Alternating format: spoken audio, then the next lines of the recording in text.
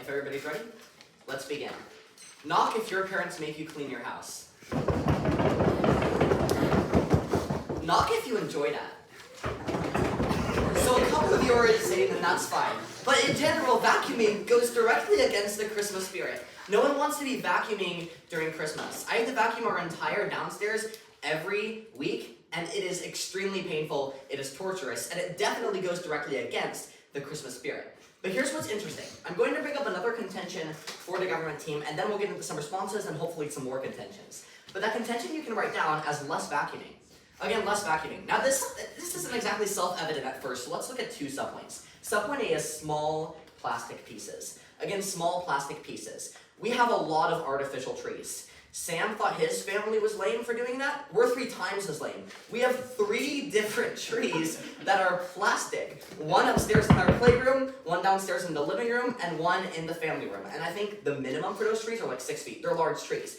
But the thing is, especially for me with vacuuming, it's an absolute pain. Because these small little trees have little tiny plastic fibers that get like buried into the carpet, and you have to vacuum over and over and over the same spot to get things out.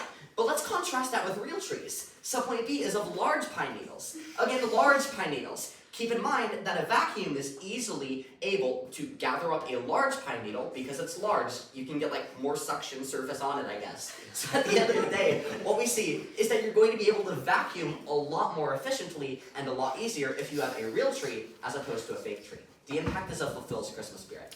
Again, it fulfills Christmas spirit. I don't know what fulfills the Christmas spirit more than preventing the amount of cleaning that you have to do. Let's look at some responses. Her burden was the basis for better. My response is determined through criteria. Again, determined through criteria. Sure, we have to prove that real Christmas trees are better than fake Christmas trees, but it's determined through the criterion of fulfilling the Christmas spirit. The impact is of a based basis. Again, a based basis. Thank you to the Gen Zers who understand that slang. At the end of the day, we need to be determining the basis through this criterion of the Christmas spirit. They talked a bit about a lengthy setup, and they said pre-lit and lighter. I have one response, which is that the family experience is worth it. Again, the family experience is worth it. I believe that there are good things about fake trees that real Christmas trees don't have, and that there are good things about real trees that fake Christmas trees don't have. In general, when we're looking at the realm of impact calculus, the family experience is absolutely worth it, and also like death outweighs as well, which is important. But in response to real trees, I have 2 responses. The first is of a turn, which is of fulfills Christmas spirit. Again, fulfills Christmas spirit. Now this is something I addressed a bit in my point of information.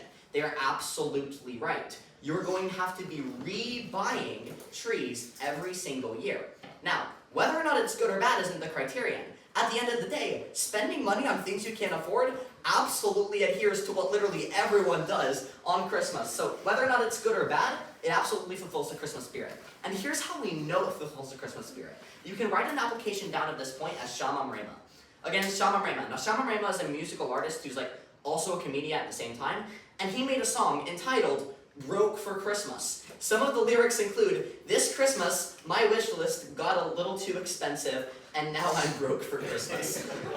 That's a Christmas song, and it definitely is accurate and fulfills the Christmas spirit. If you're spending more money on things that you cannot afford, then you're fulfilling the Christmas spirit whether we like it or not. That's the criterion that hasn't been responded to in today's round. But the second response is you can chop trees. Again, you can chop trees. A lot of people will just like go into a forest and chop a tree themselves. You don't necessarily have to get it from a tree farm.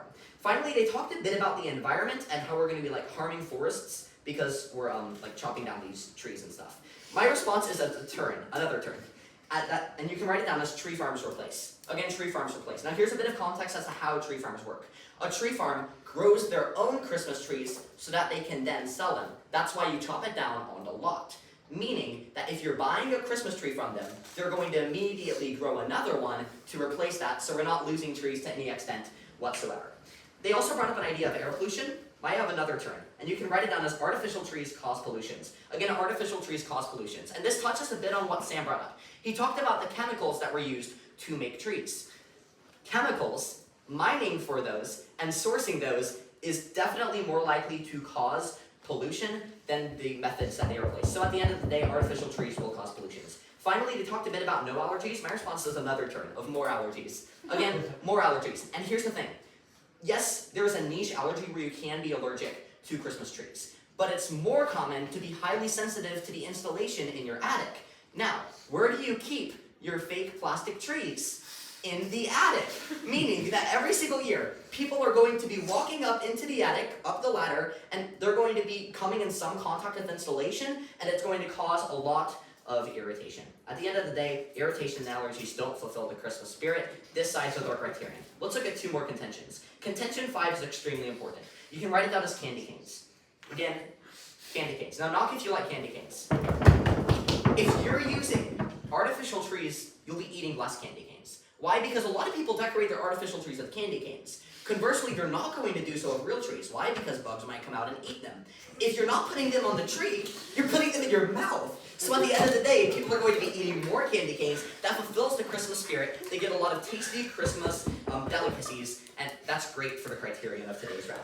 The final contention you can write down is Radiohead agrees. Again, Radiohead agrees. Now for context, Radiohead is a band, and they write a song about how you need to be real and you don't want to suppress your suppress your personality. But they use an analogy for the song, and the song title is Fake Plastic Trees. It says that being real is better than being fake, and we see this through the example of fake plastic trees. The song is literally entitled Fake Plastic Trees. The impact is of fulfilling Christmas spirit.